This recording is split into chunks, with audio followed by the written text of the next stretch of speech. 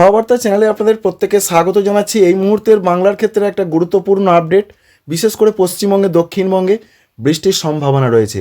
সেই বৃষ্টি কবে আসতে পারে, কেন আসতে পারে, এছাড়া আগামী কয়েকদিনে একটা তাপমাত্রাতে পরিবর্তন আসছে, কিসের পরিবর্তন, কতটা ঠান্ডা কমবে, আবার কবে ঠান্ডা বাড়বে, এই সমস্ত বিষয়ের খুঁটিনাটি আপনাদের জানিয়ে দেব এই ভিডিও থেকে। শেষ পর্যন্ত সঙ্গে থাকুন, আশা করছি ইনফরমেশন আপনাদের যথেষ্ট হেল্প করবে। প্রথমেই আমরা দেখার চেষ্টা করব বৃষ্টির সম্ভাবনা দক্ষিণবঙ্গে কবে রয়েছে এবং কেন আসতে পারে। আমরা জানি একের পর এক পশ্চিমী ঝঞ্ঝা আসে এবং পশ্চিমী ঝঞ্ঝা যত শীত বাড়ে তত কিন্তু আস্তে আস্তে নিচের দিকে এগিয়ে আসে। গ্রীষ্মকালের দিকে পশ্চিমী ঝঞ্ঝা অবশ্যই আসে এবং তখন সেটা অনেকটা ওপর দিয়ে যায়, যার ফলে জম্মু কাশ্মীর, লাদাখ, বাল্টিস্তান এদিকে কিছুটা প্রভাব পড়ে এবং তারও ওপর দিয়ে যায়।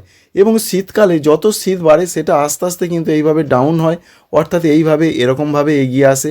তার পরবর্তী ক্ষেত্রে এরকম সমতল ভূমিতেও তার প্রভাব পড়ে, আর সেটাই হতে পারে বিশেষ করে 12 জানুয়ারি 13 জানুয়ারি তারিখের দিকে, কারণ আবার এই দুটো দিন বৃষ্টির পূর্বাভাস পাওয়া যাচ্ছে।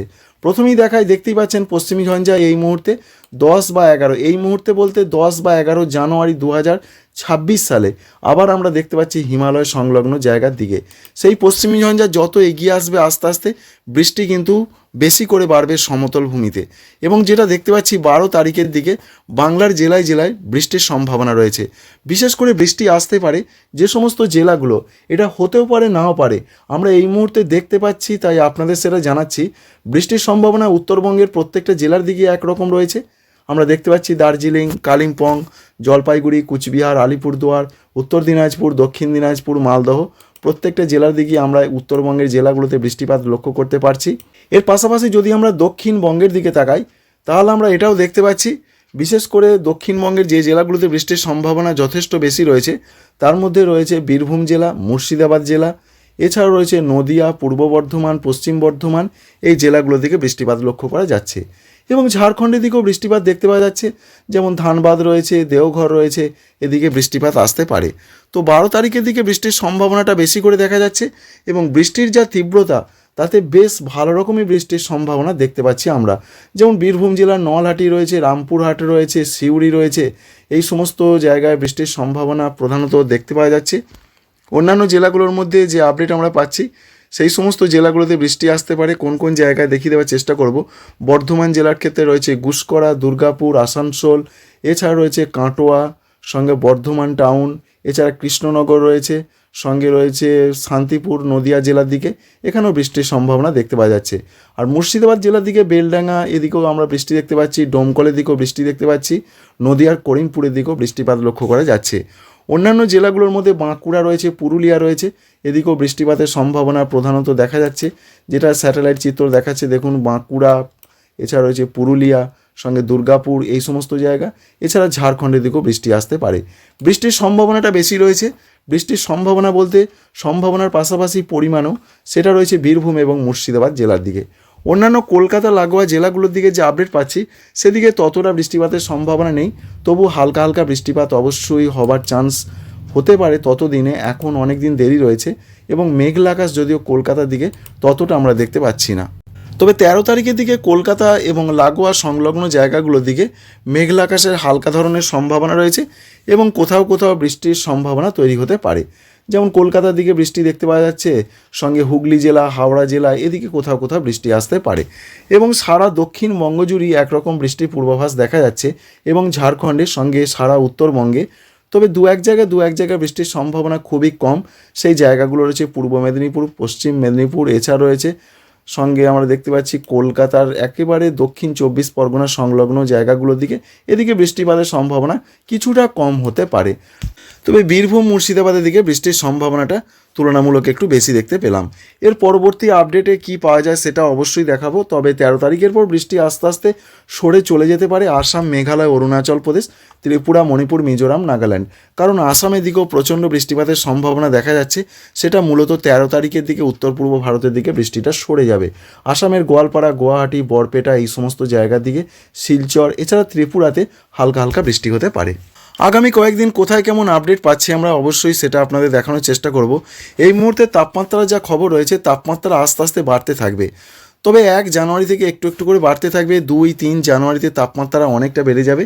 ভয়ঙ্কর যে ঠান্ডা পরিস্থিতি রয়েছে সেই ঠান্ডা থেকে অনেকটাই রক্ষা পাওয়া যাবে, এমনটা নতুন আপডেট পাওয়া যাচ্ছে। কলকাতা দিকে হয়ে যেতে পারে 17 থেকে 19 ডিগ্রি। অন্যদিকে বাকি জেলাগুলো, পশ্চিম দিকের জেলাগুলোতে 15 থেকে 16, পূর্ব বর্ধমান, বীরভূম, মুর্শিদাবাদ এদিকেও তাপমাত্রা বাড়বে 15 থেকে 16, 17 এরকমভাবে তাপমাত্রা বেড়ে যাবে। উত্তরবঙ্গের জেলাগুলোতে বলা হয়েছে 2 জানুয়ারি তারিখ থেকে তাপমাত্রা অনেকটা কিন্তু নামতে থাকবে, যার ফলে উত্তরবঙ্গের জেলাগুলোতে 2 তারিখ থেকে ঠান্ডা কিন্তু আবার ক্রমান্বয়ে বাড়তে থাকবে। কিন্তু দক্ষিণবঙ্গের জেলাগুলোতে 1, 2, 3, 4, 5 জানুয়ারি পর্যন্ত ঠান্ডা কিন্তু অনেকটা কমতে পারে, ঝাড়খণ্ডও কমতে পারে। নতুন করে যে পশ্চিমী ঝঞ্ঝা এই মুহূর্তের খবর, সবথেকে বড় খবর, যে 30 তারিখে অর্থাৎ আজকে প্রবেশ করেছে, সেই সম্ভাবনা যখন সরে চলে যাবে পশ্চিমী ঝঞ্ঝা, অর্থাৎ আমরা দেখার চেষ্টা করব যে 5 তারিখ বা 6 তারিখের দিকে সেটা সরে চলে গেছে অরুণাচল প্রদেশের দিকে, তখন আবার আস্তে আস্তে কিন্তু তাপমাত্রা ডাউন হবে, যার ফলে ঠান্ডা বাড়বে পশ্চিমবঙ্গে, দক্ষিণবঙ্গের জেলাগুলোতে। 6 তারিখ থেকে আস্তে আস্তে ঠান্ডা নতুন করে বাড়তে থাকবে বাংলার দিকে।